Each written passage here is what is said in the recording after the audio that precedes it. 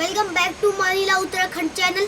आज की वीडियो बहुत ज़्यादा स्पेशल होने वाली है क्योंकि हम पहाड़ों का पलायन के बारे में कुछ बात करने वाले हैं। हमारे साथ दो एक्सपर्ट बैठ रखे हैं, एक का नाम है हरक सिंह नेगी और एक का नाम है हीरा सिंह नेगी। तो हम इन दोनों का इंट्रोडक्शन लेंगे। और एक दुखद खबर है कि मेरे आपने लाइक गेम कंप्लीट नहीं करे, कोई बात नहीं, चलो मैं आपको एक और नया लाइक गेम का दे देता हूँ। 100 लाइक्स, ओनली 100 लाइक्स। तो चलिए फटाफट वीडियो को स्टार्ट करते हैं, हम इंट्रोडक्शन लेते हैं। तो हरक सिंह नेगी जी, आप अपना इंट्रोडक्शन बताइए। मेरा नाम हरक सिंह नेगी है और मैं वैसे बेसिकली मैं गांव में रहा 20 साल। तो जब मैं गांव से प्लान किया तो मैं दिल्ली आया। अब मैं देखता हूँ कि गांव में जो खेत बंजर हो रहे हैं तो उसमें प्लान बहुत हो चुका है और आने वाली पीढ़ी को अपने जन्मभूमि कर्मभूमि भूल जाएंगे। तो इसलिए मैंने कहा कि यार मैं लोगों को मोटिवेट किया, लेकिन लोग उस बात को मजाक समझते थे। वो कहते हैं कि दिल्ली में नौकरी करता है तो प्लान की बात हमारे विषय में कहता है। तो कितना मैं उनके लिए यहाँ से फल के पेड़ लगे, लेकिन उन्होंने लगाए नहीं। तो मैंने कहा ये नहीं लगा तो मैं खुद ही लगाता हूँ और हमको एक प्लान को रोकने के लिए एक डेमो बनाना पड़ेगा ताकि जो हमारी जो आने वाली पीढ़ी याद करेगी।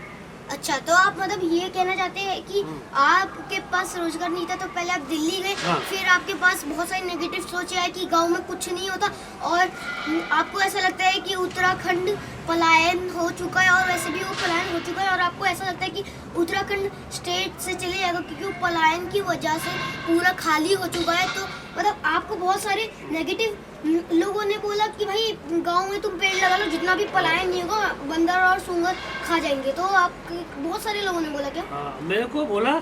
मैं जबकि ऑलरेडी दिल्ली में सेटल हूँ तो मैं हर महीने गांव जाता हूँ। लोगों को पहले तो मैंने उनको मोटिवेट किया तो उन्हें कहा भाई अब तू तो अपने नौकरी कर ले पहले। मैं नौकरी कर ले। मैंने कहा भाई जिन खेतों में हमने 6 बोरी गेहूँ चावल थे, आज वो खेत बंजर हो गए और मुझे बहुत दुख हुआ। तो मैंने 2017 से इस पर काम करना स्टार्ट कर दिया। मैं हर महीने जाता हूँ और मैं सोचता हूँ कि एक डेमो बनाया जाए, मानला क्षेत्र में किसी गांव में डेमो बनाया जाए तो लोग वहाँ काम करते हैं। ऐसे नहीं करते आप क्या बोलो तो कि इसका क्या इंटरेस्ट है। तो मैं इसलिए मैंने जो वहाँ बंजर खेत है उनमें मैंने पेड़ लगाए। तो अब उनकी ग्रोथ अच्छा है। अब उसका इफेक्ट ये है, अब लोग कह रहे हमारे लिए भी लगाओ पेड़। तो हमारे साथ धीरे धीरे किसान लोग जुड़े। तो इनका इंट्रोडक्शन हो चुका है, अब हम इनका इंट्रोडक्शन लेते हैं। आप हीरा सिंह नेगी है ना? हाँ। अच्छा, तो आप कुछ अपनी राय बताइए कि उत्तराखंड में पलायन को रोकने के लिए क्या क्या संविधान हो सकते हैं। और अगर आपको कोई और स्टेट से लोग देख रहे होंगे, बहुत सारी स्टेट है हमारे इंडिया में, तो आप उनके लिए क्या संदेश देना चाहते हैं कि उत्तराखंड में पलायन कैसे रुक सकता है? मेरा नाम हीरा सिंह नेगी है। बेसिकली मैं उत्तराखंड मालना से बिलोंग करता हूँ और मैं दिल्ली में कार्यरत हूँ।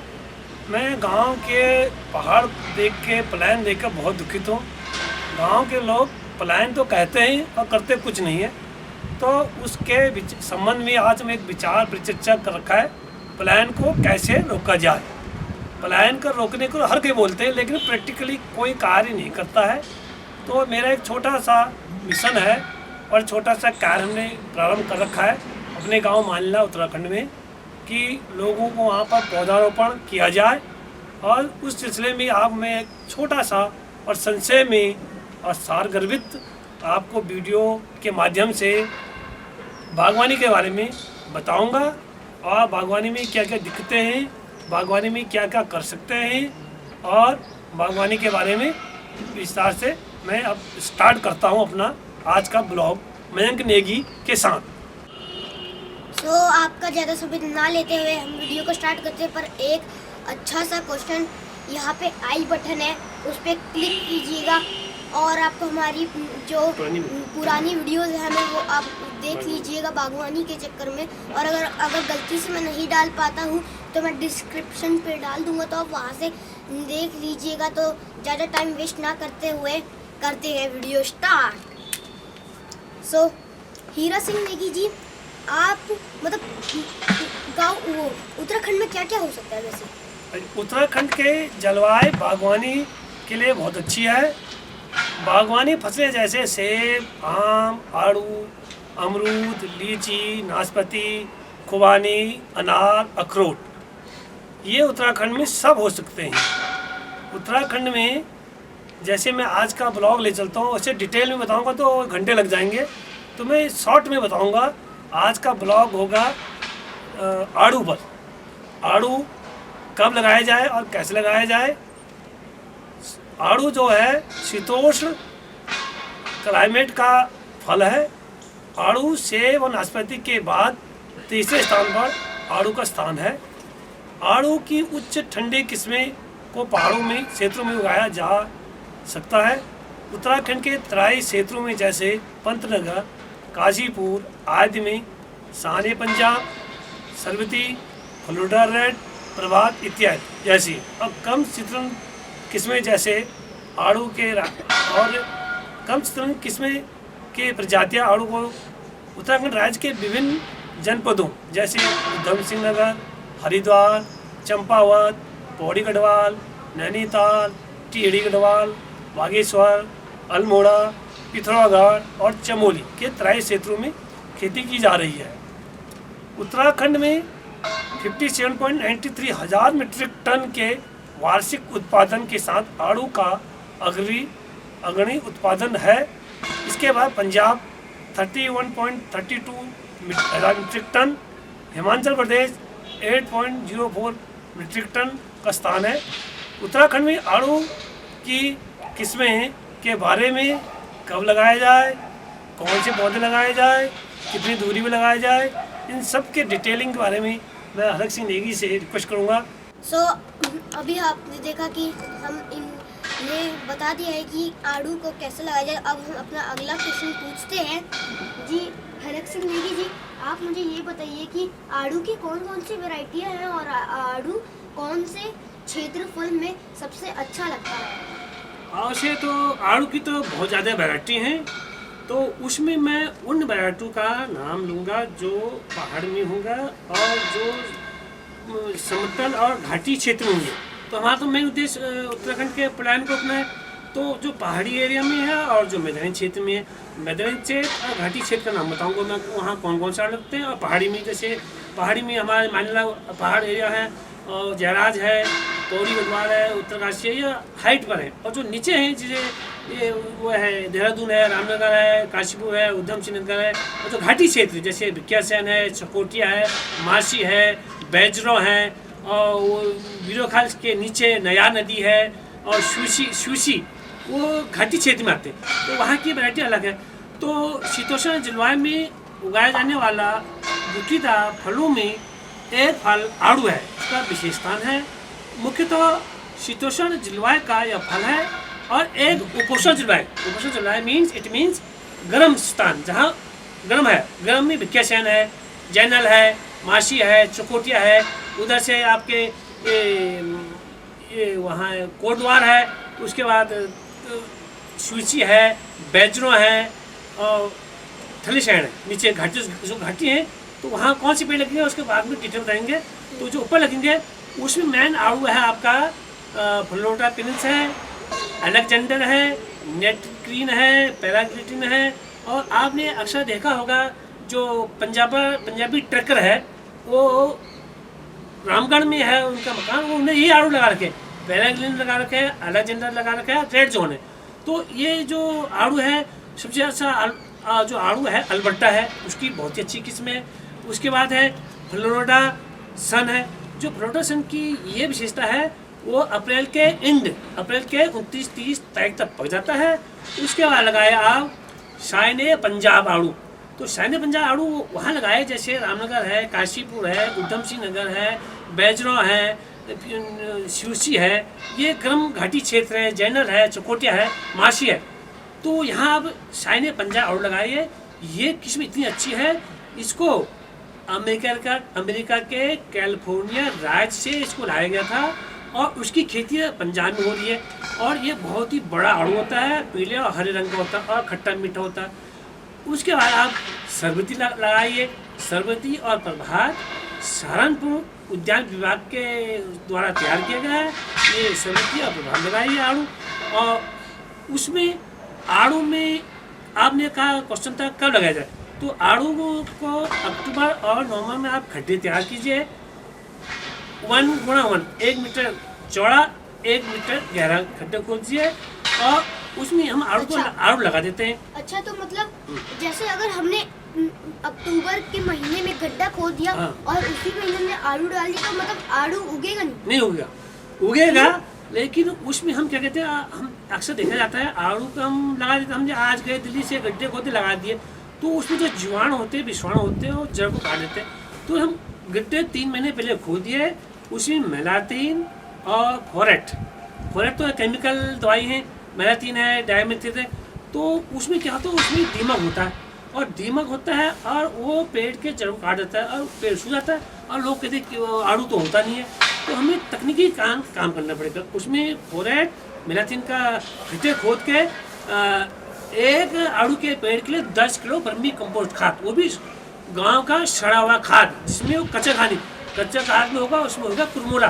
तो कुरमुरा क्या होता है, वो जड़ को काट देता है, फिर रूट को, तो पेड़ सूख जाता है। तो कहते हैं पेड़ आड़ू तो हो नहीं रहा, वो हमको तकनीकी लैक ऑफ कॉन्फिडेंस है। अच्छा, तो लोग ये बोलते होंगे आड़ू नहीं हो रहा, पर उनको 3 महीने तक आड़ू नहीं बोने होते और कुछ दवाइयाँ डालनी पड़ती है जिससे अब कि खाद बताता हूँ, खाद में क्या, उसमें आपको 200 gram nitrogen, 150 gram potash, 100 gram muriate of potash, 100 gram calcium nitrate खाद और कैल्शियम डालने पड़ेंगे। और उसके साथ हमको दवाई भी डालनी पड़ेगी। जसमिटा है और सुडोमोनास फ्लोरेंस है और ट्राइकोडर्मा है। ट्राइकोडर्मा एक फफूंद है, मित्र फफूंद है, तो जो मित्र फफूंद है उस जड़ को सन को रोकता है। आड़ू की, अच्छा आप एक और क्वेश्चन है, आड़ू की किस्में शीघ्र पकने वाले, हाँ, मध्य पकने वाले और लेट, तो ये बताएं।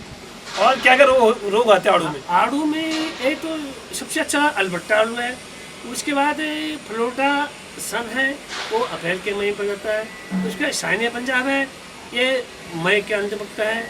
उसके बाद है रेड जोन, ये जून में पकता है। उसके बाद पैराडिलस और पैराग्रीन एलाजेंटर, ये जुलाई अगस्त में पकते हैं। तो हमको आड़ू की खेती 3 प्रकार करनी चाहिए, अगैती, पछैती, मध्यम पछैती। एक जो मई पके, एक अप्रैल पके, एक जून में पके, एक अगस्त में पके। मैं वैसे आपसे कहूँगा कि सेब का फार्मिंग कीजिए, तो एज कम्पेयर टू से एप्पल, तो उसमें ज़्यादा मेहनत है। तो मैंने सेब लगा रखे हैं, लेकिन उसमें बहुत ज़्यादा मेहनत है, उसमें तो हर महीने छिड़काव करना पड़ता है। अच्छा। हाँ, आड़ू में बीमारी भी आती है बहुत। अच्छा, तो आप ये कहना चाहते हैं कि अगर आप सेब के फल या फिर फार्मिंग करते हैं तो आपको थोड़ा सा वो हो जाता है कि हाँ अब मुझे ऐसे अगले फलों की फार्मिंग करनी है। तो जैसे मैं आपको एक डिटेल में बताना चाहता हूँ, जैसे हम इंसानों के लिए न्यूट्रिशन, कार्बोहाइड्रेट ये सब जरूरी होते हैं, वैसे ही फलों और पेड़ों के लिए ये सब जरूरी होते हैं। तो आड़ू में भी लगती है, उस आड़ू में विभिन्न प्रकार के। अब जैसे मैं अभी गांव गया था, हमारे चाचा जी थे, उन्होंने कहा मैं उनके आड़ू का पेड़ ले गया था, 5-7 पेड़ लेकर सबको दे के आया, फिर दे के आया। और उन्होंने कहा यार आड़ू तो होता नहीं। मैंने कैसे होता है आड़ू, तो कहती उनकी भी नहीं, उनको तकनीक जाने। मैंने कहा आड़ू का, उन्होंने कहा तो मैंने आड़ू को तो पेड़ काट दिया। मैंने कैसे काट दिया? कह रहा वो तो आड़ू हंस रहा था। ओहो, मैंने कहा ये तो आपका दुर्भाग्य है, आड़ू सड़ता नहीं है, ये हमारी तकनीकी ज्ञान का अभाव सड़ता। मैंने कहा ये लगता है फ्रूट फ्लाई, मक्खी वो अंडे देता है आड़ू के अंदर, तो अंडे देता है, वो अंडे सड़ जाते, वो अंडे से कीड़ा बनता है, फिर वो बनता है, वो आड़ू सड़ जाता है। हाँ, और वो सड़ जाता है, वो कहते हैं आड़ू सड़ गया जी। भाई आप जब आपके आड़ू के फूल आते हैं तो उसमें दवाई डालनी पड़ती है, जैसे मोटोकोप्रास, थाइमेट, क्लोरोफोलिफास और मेलाथीन। इन दवाई को हमको छिड़काव करने पड़ते हैं बार बार। यह है केमिकल। अगर आपको वहाँ जाए जैविक भी, तो जैविक आग तो आपको बात लुटी है, गाय का पेशाब है, उसको उबालिए, उसमें धुतरी के पत्ते डालिए, आंवला के पत्ते डालिए और आड़ू के पत्ते डालिए। और ये अगर आप ये नहीं कर पाते तो आपको छाछ है, भैंस की छाछ है, तो उसको एक पीतल के परात में, घड़े में 15 दिन तक मिट्टी के नीचे दबा दिए, उसमें जहर बनता है, तो उस जहर से आप छुपा के कीड़े मर जाएंगे। अच्छा, तो ये सीरियसली कहना चाहती है, जो फ्रूट फ्लाई है वो पहाड़ी क्षेत्र में बहुत ज़्यादा पाई जाती है। और कुछ लोग बोल रहे होंगे ये जो आड़ू के पेड़ पौधे हैं उनको खराब कैसे करती है। हाँ। तो मैं सबसे पहले बता दूं, जब हम कोई भी पेड़ पौधा लगाते हैं तो उसके ऊपर ही बैठ जाती है और अपने अंडे देती है, और जो उसके अंडे होते हैं वो जो भी हमने फल पेड़ जो भी लगा रखा होता है उसको धीरे धीरे करके खाने लगते हैं, जिससे वो सड़ जाते हैं। हाँ। तो अभी तो आपने बहुत सारी प्रजाति बता दी। हमारे जो व्यूअर्स हैं वो अलग अलग क्षेत्रों में रहते हैं, तो उनके मन में एक सवाल आएगा कि हमारे यहाँ पे गर्मी होती है तो हम कौन सा आड़ू लगाएं। तो आप कृपया कुछ एक ऐसे बता सकते हैं जहाँ पे जो जल्दी उग सके आड़ू, या फिर जो लेट उग सके आड़ू, या फिर जो मीडियम ईयर में उग सके, जैसे जल्दी उगने में। शीघ्र पकने वाली आड़ू है, उसमें है अलेक्जेंडर, पेराग्रीन, अलीबर्ट, रेड जून, पेरा डिलक्स, रेड हेवन, और जो मध्य में पकने वाले होते हैं जैसे अप्रैल मई के 1 अप्रैल में, मध्य में जून जुलाई अगस्त में, जो मध्य में पकने वाले आड़ू की किस्में हैं उसमें हेवंस है, अर्ली है, अल्बर्टा है, सनलाइट है। घाटी में कौन सा? जो गर्म घाटी होती है तो उसमें कौन सा लगाए, और एक ऐसा उपयोग होती है जिससे चिलिंग टाइम कम से कम लगे उसको उगने में। तो गर्म घाटी में ऐसा कौन सा आड़ू की प्रजाति? गर्म घाटी में जैसे विक्यासेन है, रामनगर है, चकोटिया है, मासी है, बैजरो है, सुलसी है और कोटवा है। तो वहाँ पर वो वहाँ की आड़ू की प्रजाति दूसरी है। उसमें फ्लोटा प्रिंस है, सरबती है, सफेदा है, अर्ली है, फ्लोटा प्रिंस है, फ्लोटा रेड है, अर्ली प्रभात है, सहारनपुर है, बहार है, शान पंजाब है। ये मैदानी क्षेत्रों के लिए बहुत ही अच्छे वैरायटी किस्म के हैं। तो अब से मेरा एक क्वेश्चन है, आड़ू के कीट और रोग कहाँ होते हैं? तो आड़ू में कीट और रोग का वैसे देखा जाए तो आड़ू में बहुत कीट रोग आते हैं। उनका हमको प्रॉपर ज्ञान ना होने के कारण वो आड़ू के फल सड़ जाते हैं या उनकी प्रगति रुक जाती है। तो मैं संशय में ज़्यादा समय न लेते हुए संशय में आपको बताता हूँ आड़ू के कीट और रोग के बारे में। एक तो पहला कीट होता है आड़ू की टहनी छेदक, जिसका टाइमिंग है बसंत ऋतु में, बसंत ऋतु में देखा गया है।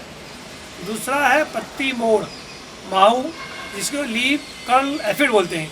जिसकी पत्तियाँ मुड़ जाती हैं वो कीट कहते हैं पत्ती के रस को चूस के खा जाते हैं। पत्तियाँ मुड़ जाते हैं तो वो पेड़ के लिए भोजन न बना पाएंगे तो वो सूख जाएंगे। तो उसका जो प्रकोप है वो फरवरी से अप्रैल तक आता है। फिर तीसरा है गोंद निकलने का रोग। हमने अक्सर ऐसा देखा गांव में, जब हम पढ़ते थे स्कूल में तो हम देखते थे कि वो आड़ू के तनु से या शाखाओं से गोंद निकलता था। तो हमें उसमें इतना ज्ञान नहीं था, तो हम उसको निकाल के किताब को चिपकाते थे, उसका कवर चिपकाते थे। हम कहते हैं गोंद आ गया गोंद। तो वो तकनीकी ज्ञान का अभाव होने के कारण गाँव पता नहीं था, तो उस गोंद को बोलते हैं गमोसिस। जो गमोसिस की बीमारी है ये वायरस से होता है, ये अधिकतर वर्षा ऋतु में होता है। चौथा नंबर है आड़ू का एक्स रोग, पीच डिजीज। ये भी वायरस से होता है जो मई में फैलता है। और पांचवा होता है ग्रे फल सड़ांध। इसमें क्या है, फल सड़ जाते हैं, आड़ू उगता है, पकता है और फल पकता है, सड़ जाता है। तो ये बसंत ऋतु में होता है। और छठा जो है आड़ू का, जो अधिकतर गाँव में, पहाड़ी इलाकों में या बागों में वो पाया जाता रोग है फ्रूट फ्लाई। फ्रूट फ्लाई क्या है, ये एक मक्खी है। गाँव में जितने भी फ्रूट फ्लाई के रोगों में जैसे अनार है, आड़ू है, सेब है, नाशपाती है, आंवला है, ये सब पर प्रकोप करता है संतरों पर। इसका काम क्या है, ये मक्खी है, मक्खी जिसका प्रकोप का टाइमिंग है अप्रैल से मई तक। ये आड़ू के वहाँ उस पर फ्रूट पर बैठती है, वहाँ पर अपना ट्यूब पर अंडा छोड़ देती है। वो अंडा उसके अंदर प्रोग्रेस करता है, फिर वो प्यूपा बनता है, उसका प्यूपा कीड़ा बनता है। और जब आड़ू को देखोगे आप काटोगे तो उसके अंदर कीड़े निकले होते हैं। वो प्रकोप है फ्रूट फ्लाई का। तो इन सब को रोकने के लिए मैं इतना डिटेल में बताऊंगा तो समय बर्बादी होगी। आड़ू के कीटों को निवारण और उनमें कौन कौन सी दवाई का छिड़काव किया जाए उसका मैं डिस्क्रिप्शन बॉक्स में दे दूंगा आड़ू के, उसमें आप वहाँ से पढ़ लीजिए। वीडियो बनाऊंगा तो ये घंटे घंटे हो जाएंगे वीडियो, तो इनको मैं शॉर्ट में दवाइयों का नाम वहाँ लिख दूंगा और वहाँ से पढ़ के आप अपना नॉलेज को बढ़ाइए। और मयंक नेगी रोज़ आपके लिए उत्तराखंड प्लान के लिए नया नया ब्लॉग लाएंगे। ब्लॉग तो हमारे पास बहुत हैं।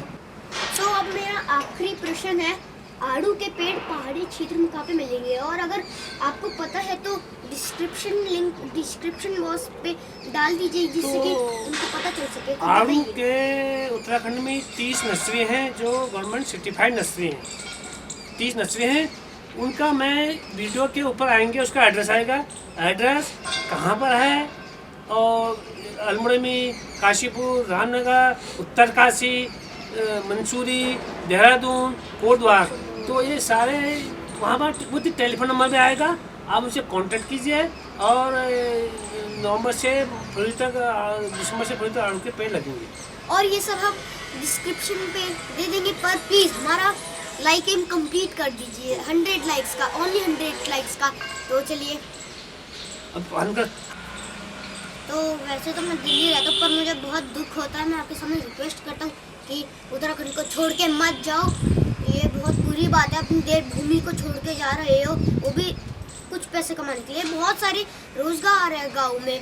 तो इस व्लॉग को ज़्यादा लंबा चौड़ा करते हुए नहीं करता मैं, तो व्लॉग को एंड करते। पर हाँ, सबसे मस्त बात, मतलब सॉरी मस्त नहीं, सबसे वो बात, मेन बात मैं आपको बताने वाला हूँ। वहाँ पे सब्सक्राइब नाम का लिखा होगा, उसको क्लिक कर देना है, और फिर वहाँ पे ऑल का एक घंटी बनेगी, उसको नॉन पे करके, नॉन नहीं करना, नोटिफिकेशन होगा, नॉन पे मत करिएगा, ऑल पे करिएगा, तो आप हमारे हिमालय उत्तराखंड चैनल के सब्सक्राइबर हो जाओगे। तो चैनल आपका है, हमारा नहीं। और चैनल आपका है बेसिकली, मतलब चैनल बेसिकली आपका है, क्योंकि आप ही इसको सपोर्ट कर रहे हो और ये बड़ा हो रहा है और आप ही बड़ा कर रहे हो। तो थैंक यू फ्रेंड्स, चलते हैं नेक्स्ट वीडियो में। Bye bye. जय उत्तराखंड, जय मानिला, बाय बाय। अब